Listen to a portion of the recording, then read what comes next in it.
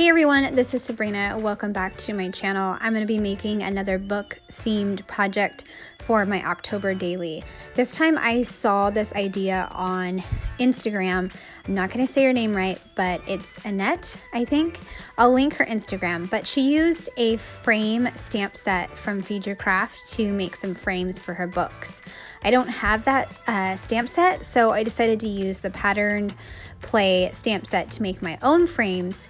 And you saw me trace the books, and then I will use my X-Acto knife to cut out where the books are going to be. And then that way I have some frames. So it's kind of my own DIY frames, and they're going to be a little wonky and messy, and that's okay because it is Halloween and it doesn't need to be perfect. So on the pattern play stamp, I wind up using the slash marks for a frame, also one of the scalloped edges. You can see that here. I tried to only get just one stamped around the edge, but like I said, it got a little messy, but that's okay. I still like how it turned out. The third one is going to be the dot one, and I'll use that in a little bit. But I read a lot of books this month for some spooky reading. I got really prepared ahead of time, so that way I had a good stock of them. And I think I included all of them except for one. I read one graphic novel that it was really weird, like just very weird. And so I don't know, I didn't include that. So I'm finishing up with these frames, and then I will get out my X-Acto knife. And also using this scrap piece of paper helps to kind of define the frame a little bit more. I have to clean off my board a little bit because of all the ink everywhere, and then I'll get out my foam board, and that way it'll help me with the X-Acto knife cutting. But I think what I realized is when I had this foam board, it made the edges really rough. So I'm going to go ahead and get rid of that, and then I'll just use my regular board. It doesn't matter that the edges are rough, just because, it doesn't matter. So I'll have one with rough edges and the rest will be fine. So I'm going to move the board, and then I'll cut the rest of the edges. But as you can see, I just did one of the book covers, and it looks awesome, and I'm so excited with how this is turning out. And tracing the books, once again, was a really helpful way for me to make sure that I got the exact size and also made sure I had enough stamping. So I just love how these turned out. They turned out so good, much better than I thought they would, but it's another great use of a stamp set that you wouldn't normally possibly think of, because that's what I was thinking. I really wanted to make frames, and I'm like, how can I do this? And I looked through my stash, and I thought about using these pattern play stamps, and they worked out awesome. I'm adding a little bit more stamping to this particular frame because it was missing some. I also kind of cut this one in a scallop fashion, kind of like it is, just to make it a little more wonky and fun for the Halloween theme. And then I'll continue cutting out with the X-Acto knife the various edges. I don't go all the way across, obviously, because that would cut the frame completely. So I just go over to where my pencil marks are as well.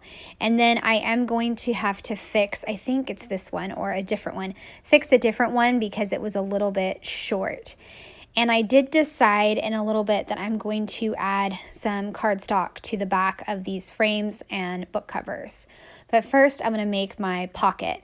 I just took a piece of paper and trimmed it off, and then I just used my bone folder to kind of fold over the edges. I didn't measure anything.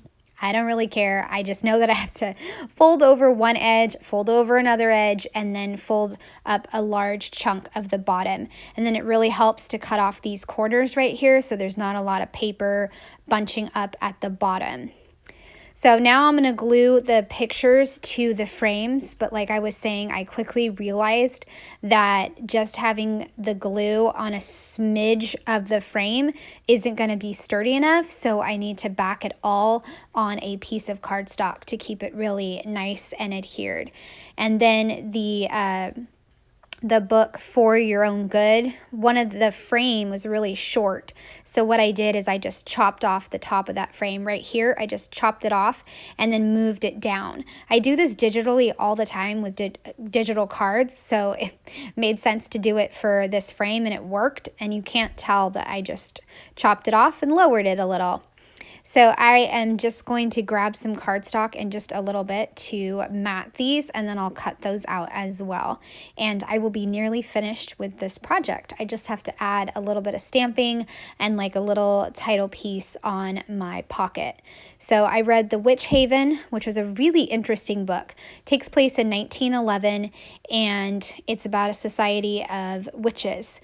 But is it a good society? It's like is it a good school or is it not a good school? And it's just very interesting. I love the sisterhood and that type of thing. And there was a cliffhanger at the end.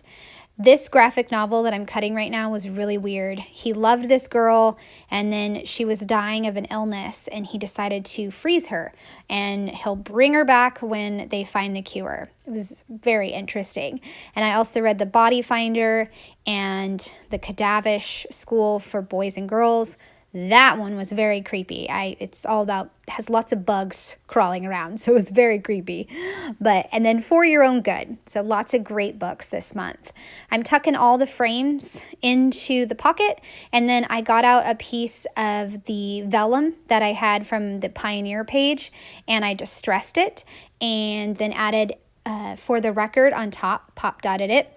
And I'm also going to add a stamp of books, and I pop dotted a die cut that had 3 hearts, and that will be done. This page will be done after those little touches, and I just absolutely love how this came together. I'm so glad I got inspired by Annette, and I was able to find a new use for these stamps.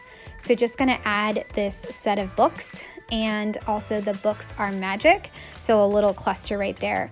This little cluster and the black vellum helps to take away from how strong and bright that orange color is. All right, I hope you guys enjoyed seeing this come together. I would love a thumbs up or a subscribe if you're new to my channel.